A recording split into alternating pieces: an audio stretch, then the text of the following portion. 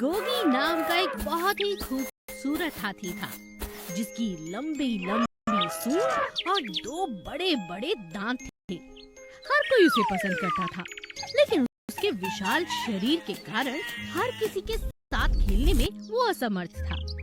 धीरे धीरे हाथी दूसरे जंगलों में जाकर बसने लगे। अब इस जंगल में बस एक ही हाथी बचा था और वो बहुत उदास रहने लगा था।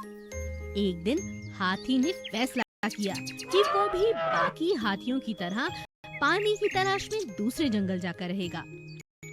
बस बहुत हुआ, इस गांव में कोई मुझे प्यार नहीं करता, ना तो खेलता है और ना ही यहाँ पर पानी है। इतनी कमी है पानी की। आने वाला मौसम गर्मियों का है, कैसे जीऊंगा? मर जाऊंगा यहाँ रहूंगा तो। चला ही जाता हूँ। हाथी धीरे धीरे दूसरे जंगल की तरफ बढ़ने लगता है। उस जंगल के रहने वाले सभी जानवर हाथी से बहुत प्यार करते थे।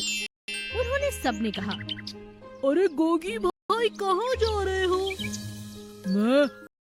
मैं ये जंगल छोड़कर जा रहा हूँ। क्या कहा? तभी मोर पूछता है। कोयल पूछती है, अरे गोगी भाई कहाँ जा रहे हो? मैं जंगल छोड़कर जा रहा हूँ। इसी तरह सभी जानवर धीरे धीरे गोगी से पूछने लगते हैं कि वो कहाँ जा रहा है, और गोगी बताता है कि वो जंगल छोड़कर जा रहा है। इस बात से बाकी सभी जानवर उदास हो जाते हैं और एक सभा बुलाते हैं।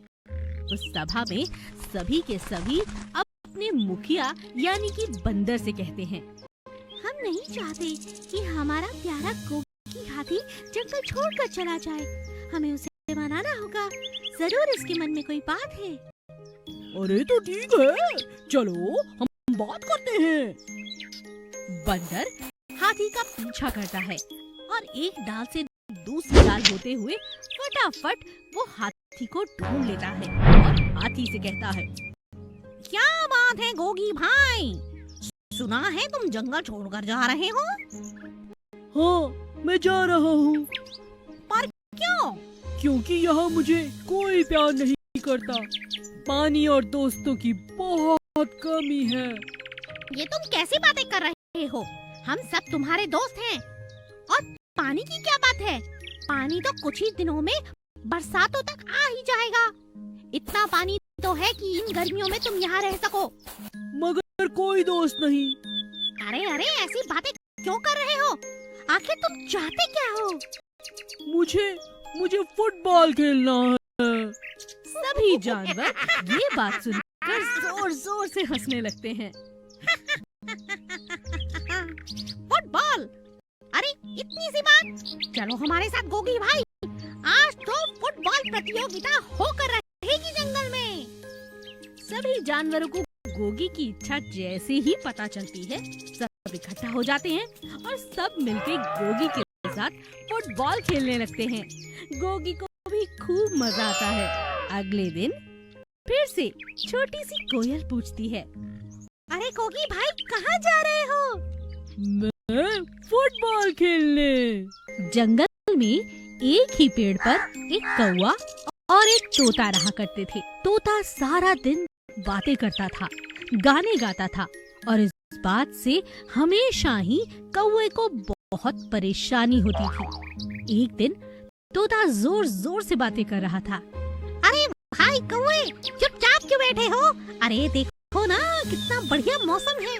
मन तो करता है अमरूद खाऊं, बेर खाऊं और ना जाने क्या क्या खाऊं। और आज क्या इरादा है? कहीं घूमने जा रहे हो या बस बैठे ही रहोगे? जानते हो कल मुझे बिल्ली मिली थी, वो अपनी मौसी के घर जा रही थी, तो मैंने उससे कहा कि तुम क्यों ना मुझे भी अपने साथ ले चलो, पर उसने कहा कि आज नहीं, अगली बार तुम मेरे साथ जरूर चलना। तो जानते हो मैंने क्या कहा? अरे बस बस, कितना बोलते जा रहे हो तोते। तुम्हारी बकवास सुनने का मेरे पास समय नहीं। तुमने तो मेरा जीना मुश्किल कर दिया है। इतनी बातें क्यों करते हो तुम? अरे भाई बातें करना तो मुझे बहुत पसंद है। ओह तुमने तो फिर से कान खाने शुरू कर दिए। अरे नहीं भाई, कान नहीं, मैं तो अमरूद खाता हूँ। ओह, बस करो, मैं जा रहा हूँ। लेकिन कहाँ? कहीं और जाकर बैठता हूँ। कौवा तोते की बातों से बहुत परेशान था। शाम होने पर जब कौवा अपने पेड़ पर वापस आता है तो देखता है कि तोता कहीं दिखाई नहीं दे रहा।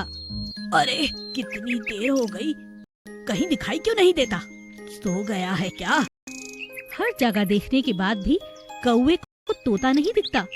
फिर अचानक वहाँ से बिल्ली निकलती है। अरे बिल्ली, क्या वो तुम्हारे साथ तुम्हारी मौसी के घर गया है क्या? कौन? तोता, मेरे पेड़ पर जो रहता है, मिट्ठू तोता। अरे तुम जानते नहीं क्या? आज उसे किसी ने खा लिया है। क्या कहा? किसी ने खा लिया? मगर किसने? ये तो मैं भी नहीं जानती। उसके पंख पेड़ के नीचे ही पड़े थे। तुम यहाँ नहीं थे। उसने तुम्हें बहुत पुकारा। तुम्हें तो बहुत खुशी हो रही होगी। वो बहुत परेशान करता था ना अपनी बातों से तुम्हें। ऐसा मत कहो बिल्ली। कौवा बहुत उदास हो जाता है। कई दिन बीत जाते हैं, कोई उससे बात करने वाला नहीं था। यार मिट्ठू, तुम्हारे बिना इस पेड़ पर रहना बहुत मुश्किल हो गया है। मैं क्या करूं? चलो कहीं घूम कर आता हूँ, थोड़ा दिल तो लगेगा। कौवा घूमता हुआ गांव की तरफ जाता है।